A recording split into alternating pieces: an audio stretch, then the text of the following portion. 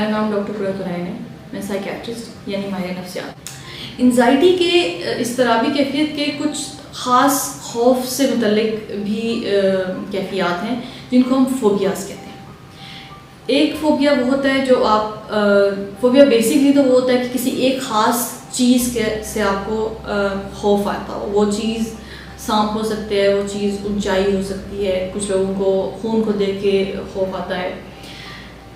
جو زیادہ تر لوگوں کو جو پایا جاتا ہے مریضوں میں ہمیں جو ملتا ہے خوف والی کیفیت, وہ گھر سے باہر کسی ایسی جگہ پہ پھنس جانے کا خوف ہوتا ہے جہاں سے وہ باہر نہیں نکل پائیں گے اور شاید ان کا دم گھٹ جائے گا. اس کو ایگورافوبیا کہتے ہیں. اس ایگورافوبیا کے لوگ جب بہت شدید یہ بیماری شدید علامات والی ہو تو لوگ کئی مہینوں سالوں تک گھر سے نکل نہیں سکتے. ایک اور بہت زیادہ سنا ہوا لفظ ہے کلاسٹروفوبیا. یہ ایک بیماری کی طرح تو کم ہمیں نظر آتا ہے لیکن دوسری بیماری کے ساتھ بہت زیادہ نظر آتا ہے, جس میں لوگوں کو لگتا ہے کہ وہ کسی بھی بند جگہ پہ ہوں گے, جیسے لفٹ ہے, جیسے گاڑی ہے, یا کوئی چھوٹا کمرہ ہے تو اس میں ان کا دم گھٹ جائے گا اور وہ شاید اس کو سروائیو نہیں کر پائیں گے. تو یہ بھی ایک اضطراب کی کیفیت ہے. انزائٹی کی وجوہات زیادہ تر زندگی کے مشکلات, اسٹریس اگر جب زیادہ ہو جائے, خاص طور پہ اس ایسی شخصیت جس میں انزائٹی ہونے کا چانس زیادہ ہو. آپ دیکھیں گے کہ کچھ لوگ بچپن سے ہی انگوٹھا چوستے ہیں, ناخن کاٹتے ہیں. ان کی آپ کو ہسٹری میں ملے گا کہ وہ درمیان میں کبھی کبھی بستر بھی ہلا رکھتے ہیں. تو کچھ شخصیات ہی ایسی ہوتی ہیں جن میں مشکل حالات میں اضطرابی کیفیت میں جانے کا چانس زیادہ ہوتا ہے. ایک تو وجہ یہ ہوگی شخصی کی کیفیت, دوسری وجہ ہوگی زندگی کا اسٹریس, اور تیسری کچھ حد تک وجہ موروثی بھی ہوتی ہے. انزائٹی میں آپ کو سب سے زیادہ اہم علامت گھبراہٹ کا محسوس ہوتا ہے. گھبراہٹ جسمانی طور پہ محسوس ہوتی ہے, ذہنی طور پہ محسوس ہوتی ہے.